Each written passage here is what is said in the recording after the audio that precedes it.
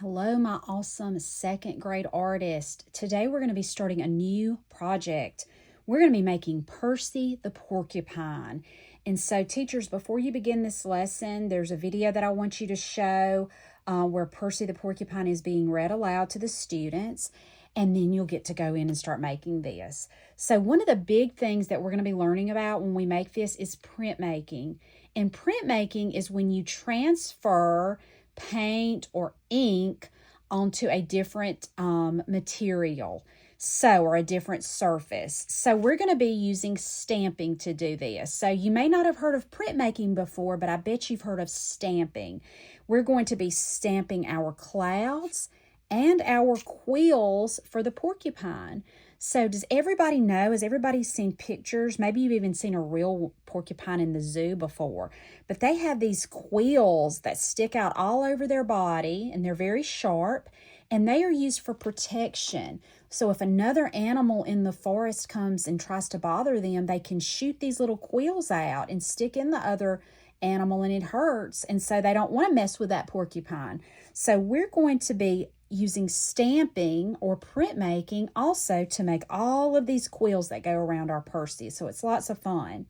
So the first thing that we're going to do is make our background for Percy. And we're going to start by making a horizon line. You can see mine Percy overlaps part of it. So he's over and covering part of it up, but you see part of it here. And a horizon line is where the sky meets the ground. So everything above the horizon line is the sky, and everything below the horizon line is the ground. So I'm going to be using, when I do mine today, this pretty piece of teal. This color is called teal. It's kind of a bluish green color. And I'm going to make my horizon line. This is about the middle of my paper, and I'm going to go just a little bit below. And I'm going to use a black wool pastel and make a horizon line. And mine's not perfectly straight because my horizon is kind of hilly. It's got little bitty hills. You make your horizon line how you want. It could be bigger hills, or it could just be straight. And then everything above it's the sky, everything below it's the ground.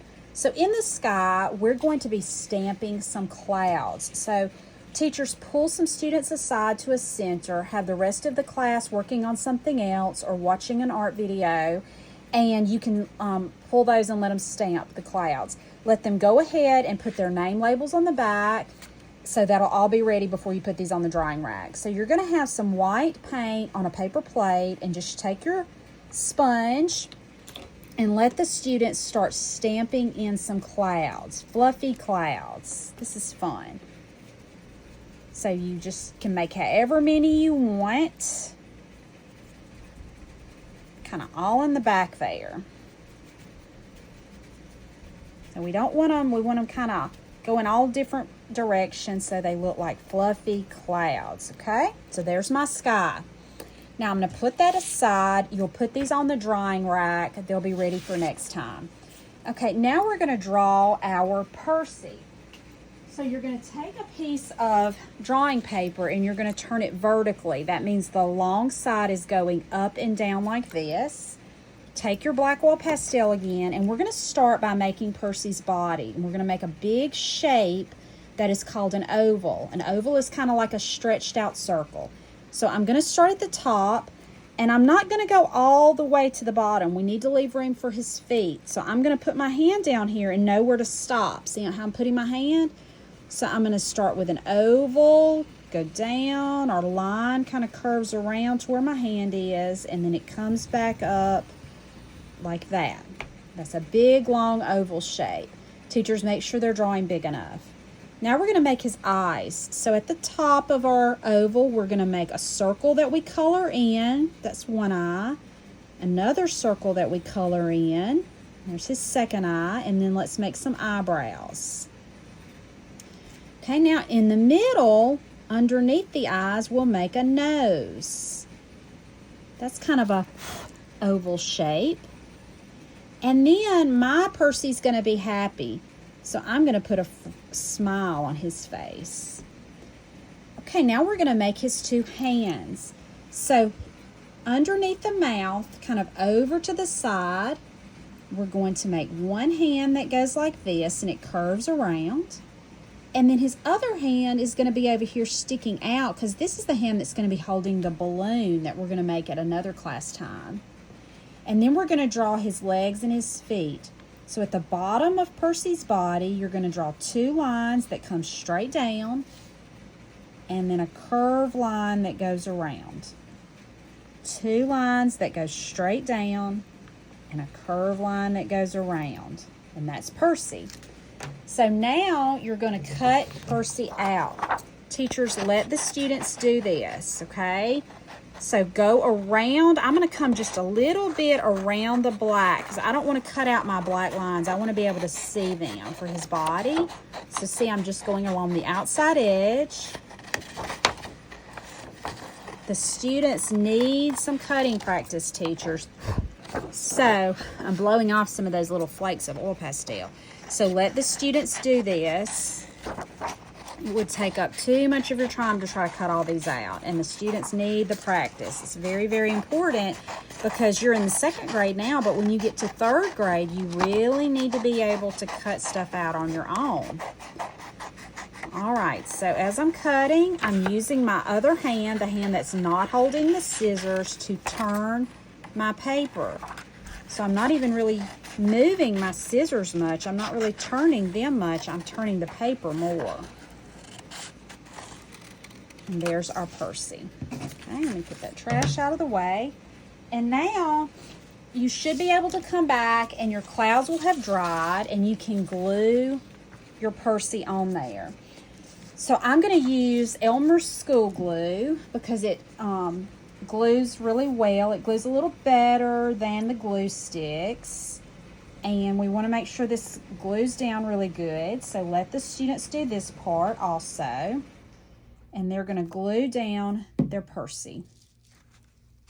So I'm going to turn him over, and then I'm going to put him just kind of right there in the middle. I'm putting him over to the side just a little bit because I need room for my balloon that I'm going to put a little bit later. Okay, now the next step, maybe in a different class period, we're going to stamp the quills. Remember those pointy things that are on our porcupine.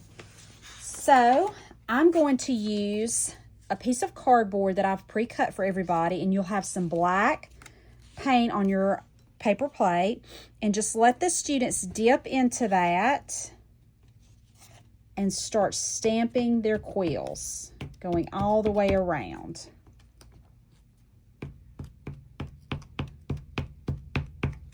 And when it starts to get where there's not much paint coming off, go back and get some more. Now see, I didn't stamp over the hand. I wanted that to be able to show.